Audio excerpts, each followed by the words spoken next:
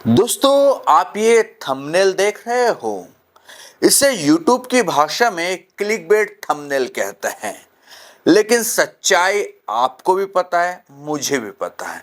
करेंगे इस टॉपिक पर भी बात, क्योंकि हमारे कंटेंट को लेकर, हमारे थंबनेल को लेकर कई सारे लोग सवाल खड़े करते रहते हैं।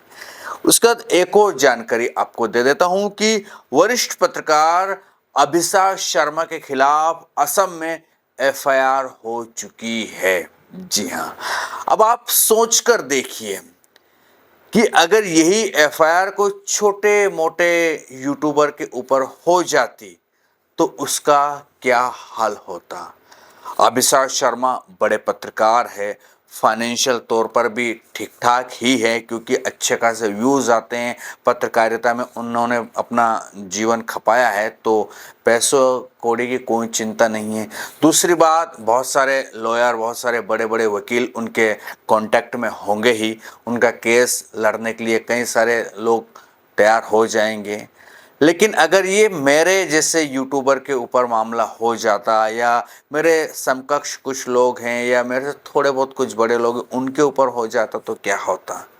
या तो वो यूट्यूब छोड़ देता, या अपना कंटेंट चेंज कर लेता, या दरअसल वो बहुत ज़्यादा तनाव में चला जाता, बहुत ज़्यादा परेशानी उसको झेलना पड़ती। क्योंकि एक केस मेरे ऊपर जब से हुआ है, उसके बाद से मेरी हालत पतली हुई है।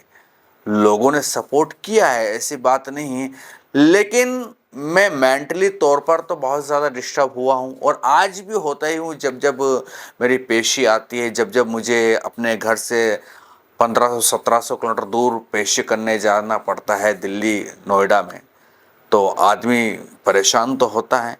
फाइनेंशियल तौर पर भी दिक्कतें आती है, और कोई ज़्यादा लोग भी सपोर्ट में नहीं आते हैं। ऐसे भी नहीं कि कोई 4-6 वकील मेरे समर्थन में आ गए कि चलो भाई हम आपके केस को शॉर्ट आउट करेंगे, हम लड़ेंगे, आप टेंशन ना लो।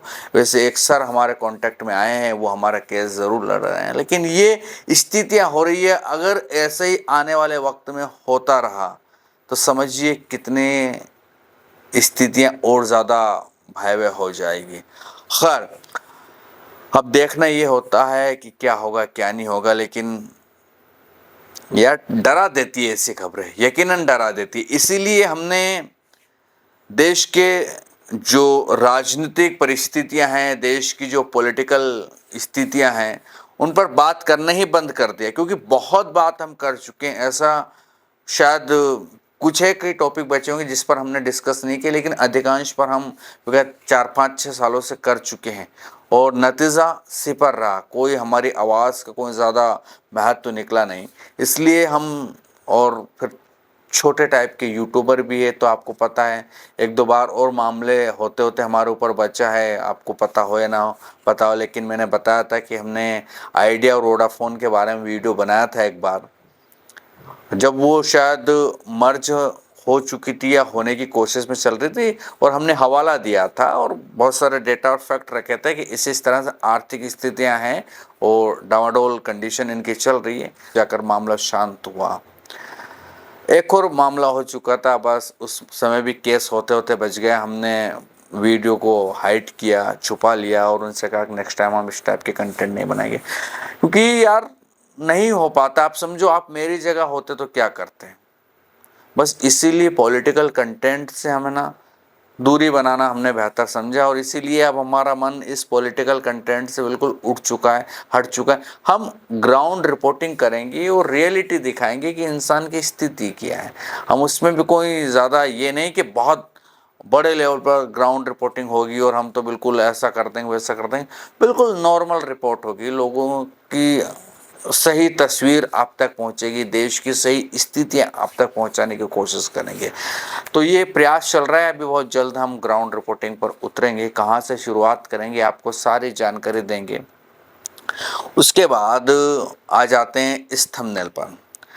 तो देखिए, ये वरिष्ठ पत्रकार हैं, इनके थंबनेल को लेकर चर्चाएं होती रहती हैं। अब ये जो क्लिकबेट थंबनेल हैं, लोग, आप ही लोग देखते होंगे, इससे कोई बड़ी बात नहीं है कि आप नहीं देखते होंगे। हम भी इनको देखते थे कुछ समय से, लेकिन कुछ समय से हमने इन्हें देखना बंद कर दिया है। दरअसल पब्लिक जो चाहती है, पब्लिक का मिजाज समझ चुके हैं कि अगर इस तरह की बात थंबनेल में लिखेंगे तो पब्लिक क्लिक करेगी, क्लिक करेगी तो क्लिक थ्रू रेट बढ़ेगा, वीडियोस पर व्यूज आएंगे, वीडियोस पे व्यूज आएंगे तो रेवेन्यू जनरेट होगा, रेवेन्यू जनरेट होगा तो अच्छा खासा पैसा बनेगा। बस इसी कहीं ना कहीं रेवेन्यू मॉडल को लेकर बहुत सारे बड़े बड़े पत्रकार, नामचीन पत्रकार जो यूट्यूब पर है वो चल रहे हैं, और पब्लिक भी इसी तरह का चाहती है, यही सोचती है कि कब सरकार गिरने की खबर आ जाए, कब सरकार को जेल भेजने की खबर कोई दिखा दे कि सरकार बदले तो जेल चले जाएंगे, और कब बीजेपी आरएसएस में लड़ाई की कोई खबरें लेकर आ जाए। पब्लिक तो यही चाहते हैं ना, लेकिन रियलिटी सबको पता है। जब वीडियो देखते हैं तो सोचते हैं कि यार ये क्या हुआ, हमने किस लिए क्लिक किया था और क्या चीज़ें निकली। लेकिन खैर मैं ज़्यादा टीका टिप्पणी नहीं करना चाहता हूँ, लेकिन लोग कहते हैं कि भाई तुम्हारे थंबनेल में दम नहीं होता है, भाई तुम एक्सक्लूसिव खबर लाया करो। तो भाई मैं तुम्हारे सामने मिर्च मसाला लगा के तो तुम्हें पेश नहीं कर सकता हूँ, मैं झूठ बोल नहीं सकता हूँ, मैं क्लिकबेट थंबनेल कभी इस्तेमाल करना की कोशिश भी नहीं करता हूँ। पहले किए होंगे एक ज़माने में, और ये नए नए जो यूट्यूबर आते हैं पॉलिटिकल कंटेंट में या किसी भी, वो थोड़े ज़्यादा क्लिकबेट थंबनेल यूज़ करते हैं, क्योंकि उन्हें व्यूज़ लाना होता है, शुरू शुरू में सब्सक्राइबर गेन करना होते हैं, इसलिए वो ये हथकंडा अपनाते हैं। लेकिन ये थंबनेल आपको क्लिकबेट लगता है या कुछ और लगता है, आप मुझे इसके बारे में कमेंट सेक्शन में ज़रूर बताइएगा। हम ज़्यादा कुछ नहीं बोलेंगे, जिन्हें आपको देखना है देखिए, जो रोज़ सरकार गिरते हुए देखना पसंद करते हैं वीडियो वो देखिए, जो लड़ाई बीजेपी आरएसएस में देखना पसंद करते हो देखिए। लेकिन एक चीज़ बता देता हूँ, सच्चाई कोसों दूर रहती है।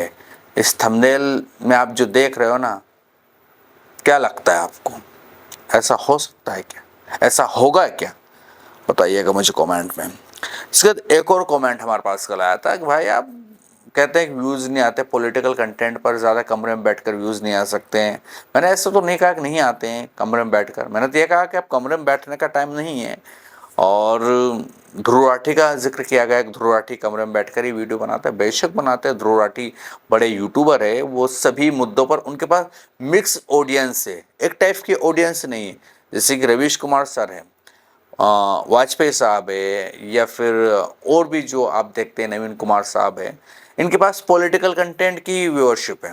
ये ज़्यादातर पॉलिटिक्स पर बात करते हैं, इंडियन पॉलिटिक्स के लिए वीडियोस बनाते हैं। लेकिन ध्रुव राठी सब टाइप की वीडियोस बनाते हैं, साइंस पर बना देंगे, टेक्नोलॉजी पर बना देंगे, है ना, पॉलिटिक्स पर बना देंगे, एजुकेशन पर बना देंगे। तो उनके पास जो मिक्स ऑडियंस उन्होंने कमाई है, उसका उन्हें बेनिफिट मिलता है।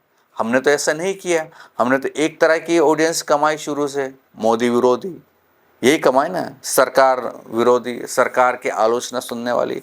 तो फिर उसी टाइप का कंटेंट लोग हमारा देखना पसंद करेंगे। हम साइंस पे बोलेंगे तो नहीं देखेंगे, हम एजुकेशन पे बोलेंगे तो नहीं बोलेंगे देखेंगे, हम और किसी चीज़ पे बोलेंगे। तो सीधा से बात है, इसमें कोई दो राय नहीं है।